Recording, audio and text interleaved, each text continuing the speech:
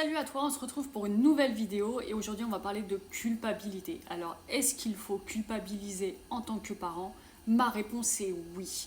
Je vais bien évidemment t'expliquer pourquoi je pense ça et je te rappelle une chose, c'est que je suis ici non pas pour dire ce que tu as envie d'entendre, mais ce que tu as besoin d'entendre pour pouvoir évoluer.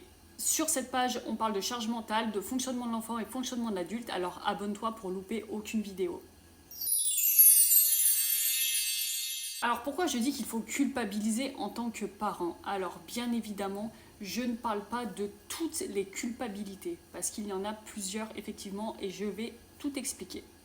On entend aujourd'hui qu'il ne faut pas culpabiliser les parents, tout ça, on est très là-dedans de zéro culpabilité. Le problème, c'est que quand une info comme ça va sortir, les gens vont penser quoi?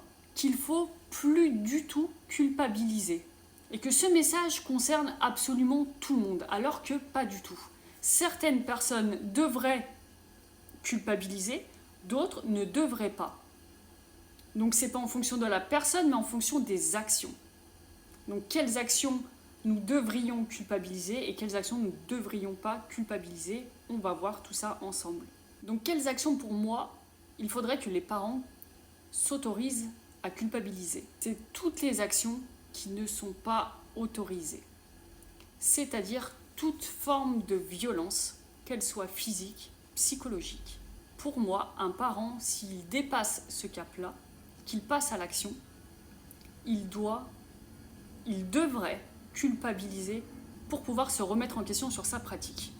Donc ça, je pense qu'on est un peu tous d'accord là-dessus. Il y a d'autres raisons sur lesquelles la culpabilité qu'on peut ressentir est à prendre en compte et ne surtout pas à éradiquer. Ce sont les actions qu'on va faire envers notre enfant ou envers n'importe qui, parce que tout ce qui vaut pour l'enfant vaut aussi pour n'importe qui. C'est hyper important. Je vais te prendre un exemple tout bête. Si jamais ton enfant va faire quelque chose, par exemple va casser un verre, toi tu vas le gronder en lui disant de faire attention et tout ce que tu veux, tout ça. Tu peux ressentir de la culpabilité par la suite parce que tu t'es énervé. Donc cette culpabilité-là, est-ce que tu dois l'enlever ou pas? La réponse est non. Pourquoi? Parce que si tu as ressenti de la culpabilité à ce moment-là, après avoir fait cette action-là, de lui répondre un peu agressivement, tout ça, c'est qu'au fond de toi, c'est contraire à qui tu es. Peut-être que si tu as réagi sur le moment de cette façon-là, c'est peut-être parce que tu étais excédé, c'est peut-être parce que tu étais fatigué, ou c'est peut-être ce que tu veux. Mais au fond, si tout allait bien réellement à ce moment-là, peut-être que tu n'aurais pas réagi comme ça et tu aurais réagi d'une autre manière. Donc si tu ressens la culpabilité, c'est que cette action-là n'était pas alignée avec toi-même. Donc pourquoi je dis que c'est important de culpabiliser à cet instant-là? Et c'est pas de culpabiliser en fait, c'est la culpabilité, tu vas la ressentir. Donc qu'est-ce que j'en fais? Est-ce que je l'éradique ou est-ce que je la garde? Donc tu vas la garder. Pourquoi? Parce que la culpabilité sert à quoi? Sert à se remettre en question. La remise en question sert à quoi? Sert à faire des changements par la suite. Et ça, c'est important. C'est important de savoir se remettre en question pour faire des changements. Donc tu vas te servir de cette culpabilité-là pour te remettre en question. Alors qu'est-ce que tu peux te dire? Tu peux te dire, la prochaine fois, avant de réagir, j'essaierai de savoir dans quel état d'esprit je suis, et si je suis un peu irritée, je me force à essayer de répondre calmement, ou alors de ne rien dire s'il faut. C'est pas grave. On change les choses étape par étape. On ne change pas forcément tout d'un coup, et il n'y a aucun souci avec ça.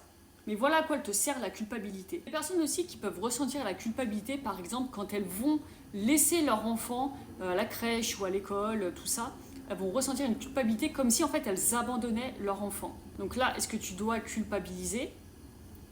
Là, non. Pourquoi? Parce qu'en soi, si on réfléchit bien, ton enfant, tu ne l'abandonnes pas.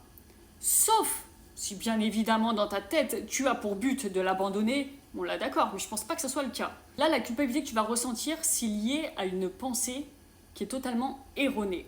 Ton enfant, tu ne vas pas réellement l'abandonner. Tu le laisses à la crèche, tu le laisses à l'école, c'est des choses qui sont totalement normales, ou tu le laisses chez une amie ou chez quelqu'un de la famille, peu importe. tu n'as pas pour intention de l'abandonner. Donc ta culpabilité à ce moment-là n'est pas rationnelle. Je te prends un autre exemple. Si tu dis à ton enfant qu'il ne pourra pas avoir ce jouet-là alors qu'il est en train de le réclamer, et que là il va faire une crise, il va se mettre à pleurer, il va te dire t'es méchante et je t'aime pas et tout ça, est-ce que, si tu ressens de la culpabilité à ce moment-là, est-ce que tu dois la garder ou non? La réponse est non. Pourquoi? Parce que si tu dis non à ton enfant, c'est certainement qu'il y a une raison derrière. Alors c'est pareil, attention à avoir une véritable raison pour que le message soit mieux compris. Si c'est répondre non pour répondre non, là ça pose souci. Mais si tu réponds non parce que tu estimes qu'il a suffisamment de jouets et que pour le moment il n'en a pas besoin d'en avoir un autre, tout ça, tu peux avoir toutes tes raisons, il n'y a pas de souci. Dans ce cas-là, tu transmets ce message comme quoi c'est non, tu peux lui expliquer et tu lui expliques que les raisons pour lesquelles tu dis non. Lui, il va faire quoi? Il va réagir par frustration. Bon, ça peut se comprendre, hein. Il est déçu, il voulait son jouet, il ne l'a pas. Sa réaction à sa frustration, ça va être quoi? Ça va être la crise, les pleurs, tout ça. Et là, tu ne dois pas culpabiliser. Pourquoi? Parce que c'est à toi de lui apprendre en fait qu'on ne peut pas forcément tout avoir quand on veut. Donc là, c'est propre à l'éducation en fait. Et ce n'est pas contraire à tes valeurs. Ton action, tu sais qu'au fond, c'est pour lui apprendre quelque chose. Donc bien réussir en fait à faire la différence entre les règles qu'on veut poser, les limites, peu importe la réaction de l'enfant. S'il n'est pas content, s'il pleure, quoi que ce soit, malheureusement, c'est comme ça. Après, il faut l'accompagner dans ses émotions. C'est pas une raison du coup pour être fermé et le laisser de côté pendant qu'il pleure ou quoi que ce soit. On est toujours là, on l'accompagne. Par contre, là c'est non et ça changera pas. Par contre, à quel autre moment on devrait en fait jamais culpabiliser, c'est quand les autres essayent de nous faire culpabiliser. Donc si c'est un enfant, par exemple quand il va nous dire qu'on est méchante, qu'on nous aime pas, qu'il nous aime pas, ou qu'il préfère avoir une autre maman, tout ce genre de discours en fait. Il ne faut pas à ce moment-là se culpabiliser en se disant que s'il dit ça, c'est qu'il a raison, peut-être que je suis une mauvaise mère, tout ça. Alors là, si tu ressens de la culpabilité, c'est que ça vient toucher quelque chose en toi. Et là, concrètement, c'est remettre en question qui tu es. Et malheureusement, si tu manques de confiance en toi ou d'estime de toi, tu pourrais croire ton enfant. Tu pourrais croire que tu es une mauvaise mère. Tu pourrais croire que tu n'es pas capable. Donc si tu ressens ça, essaye réellement de savoir si c'est le cas. Remets-toi en question sur tes valeurs, sur ton comportement, dans le but de te prouver le contraire par rapport à ce que ton enfant te dit. Donc en fait, comment faire la différence entre je dois me remettre en question parce que peut-être qu'il a raison et je ne dois pas. Il faut faire donc un point à ce moment-là sur soi-même en évaluant toutes les actions en fait qu'on a fait. Et toutes nos actions, avec quelle intention on a quand on les fait. Si par moment tu as des intentions de faire du mal à ton enfant ou quoi que ce soit, là ouais, remets-toi en question, essaye de changer, d'accord. Mais si c'est pas le cas, si tu essayes réellement de faire comme tu peux, du mieux que tu peux, tu ne dois pas culpabiliser. Parce que tes intentions sont bonnes. On va prendre un autre exemple. Si c'est un adulte, là pour le coup, qui va te dire ouais mais tu pourrais faire plus, comme tu fais là c'est pas bien. En fait, te dire des phrases qui vont en mode attaque. Si quelqu'un essaye de t'attaquer, est-ce que tu dois culpabiliser? Non, parce qu'on t'attaque. Et que si la personne te dit ça, c'est qu'elle-même se sent mal et peut-être qu'elle aimerait te faire réagir pour que tu soulages ses propres mots à elle. Mais ce n'est pas ton rôle du tout. Tu peux quand même, et je t'invite à le faire, parce que des fois on a du mal à faire la différence entre les paroles de quelqu'un qui veut nous faire prendre conscience et peut-être qu'on ne voit pas, parce que c'est possible aussi.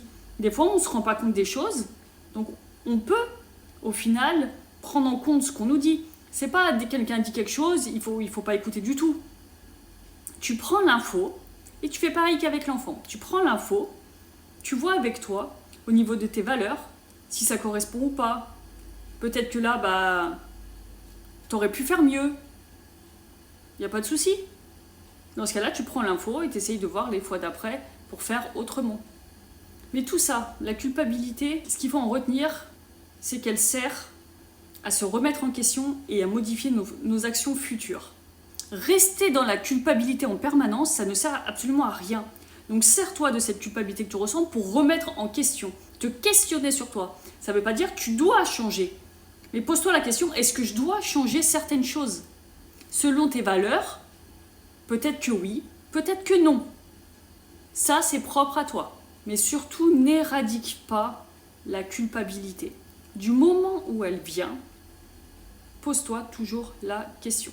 C'est la fin de cette vidéo, j'espère qu'elle t'aura plu. Comme d'habitude, n'hésite pas à poser toutes les questions que tu veux, j'y répondrai avec plaisir. Si ça t'intéresse, le lien de mon e-book est dans la description, Se libérer de la charge mentale en 13 étapes. Je te dis à bientôt pour une prochaine vidéo.